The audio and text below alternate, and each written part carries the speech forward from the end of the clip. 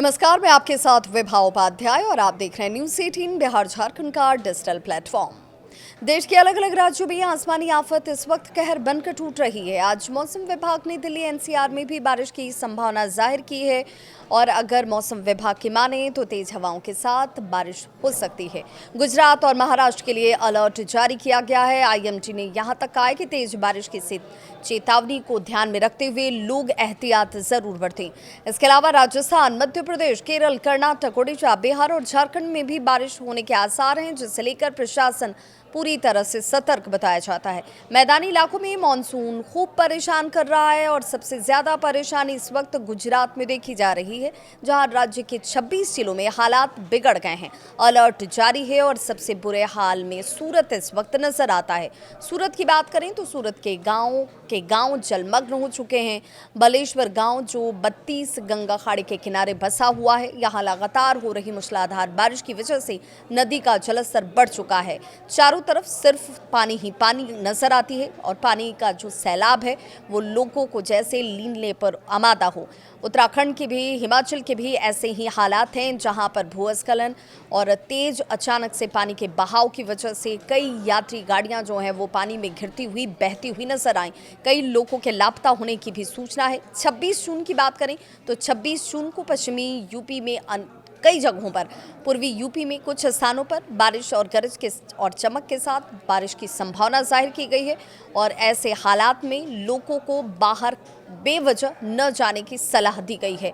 कहीं पर बादल गरजने और बिजली के चमकने की संभावना भी है और ऐसे में एहतियात बहुत ज़रूरी है। पश्चिमी यूपी की बात करें तो यहाँ भी कहीं कहीं पर भारी बारिश की संभावना जाहिर की गई है। देश के अन्य कई राज्यों में मूसलाधार बारिश हो सकती है और इसे लेकर मौसम विभाग ने बारिश का अलर्ट जारी कर दिया है।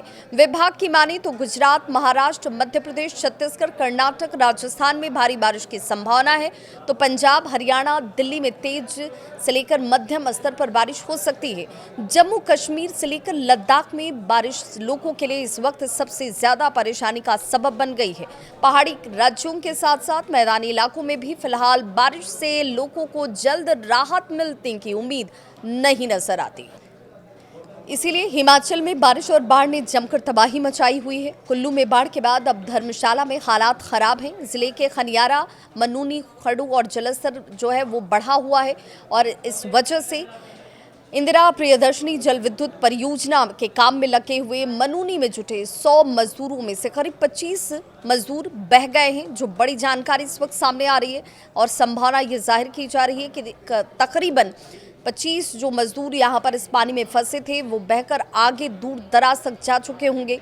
करीब यहाँ पर जो जानकारी और रेस्क्यू ऑपरेशन तक सामने आई उसमें 2 शवों के मनुनी खड्ड में बरामद किए जाने की बात कही जा रही है।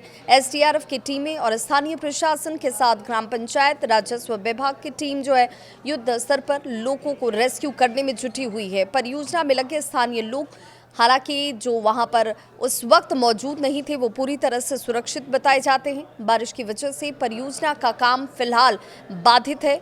सभी मजदूर कॉलोनी जो कि टेम्पररी शेड के तौर पर बनाकर इन्हें दिया गया था वहीं पर मौजूद हैं। मनुनी खड्ड और नाले का सारा पानी कॉलोनी की तरफ डाइवर्ट हो चुका है और कॉलोनी में शेडों में आराम कर रहे मजदूर जो है वो अचानक से इसमें बहने लगे। पानी में बहे ज़्यादातर मजदूर श्रीनगर के रहने वाले बताए जा रहे हैं। अब तक जिन 2 मजदूरों के शव को बरामद किया गया है, हालांकि उनकी पहचान और नाम अभी सामने नहीं आई है। पहला शव ढेलू के पास से बरामद किया गया, जबकि दूसरा नगूनी में। दोनों क्षेत्रों में काफ़ी दूरी है और नगूनी की तरफ गई एसडीआरएफ की टीम के साथ फिलहाल किसी तरह का कोई संपर्क नहीं हो पाया और इसीलिए और रेस्क्यू ऑपरेशन किस स्तर तक पहुंचा इसकी जानकारी हासिल की जा रही है।